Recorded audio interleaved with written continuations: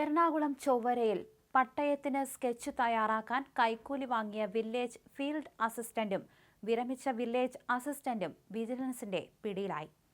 Chowara village field അസിസ്റ്റന്റായ Perumbavoor സ്വദേശിയായ നവാസും കഴിഞ്ഞ ഏപ്രിലിൽ ഇവിടെ നിന്ന് വിരമിച്ച വില്ലേജ് അസിസ്റ്റന്റായ തമ്പിയുമാണ് പിടിയിലായത്. ഇവരുടെ കയ്യിൽ നിന്ന് കൈക്കൂലി കണ്ടെത്തുകയും ചെയ്തു. അതേസമയം വിശദമായ അന്വേഷണം നടക്കുമെന്ന് പോലീസ് പറഞ്ഞിട്ടുണ്ട്.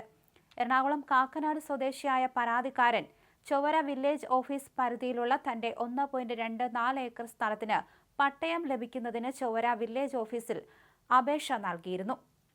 പിന്നീട് ഇവർ സ്ഥല പരിശോധനയ്ക്ക് എത്തുകയും സ്ഥലം അളന്ന് തിട്ടപ്പെടുത്തിയ ശേഷം 10,000 രൂപ കൈക്കൂലി വേണമെന്ന് ആവശ്യപ്പെടുകയും ചെയ്തു.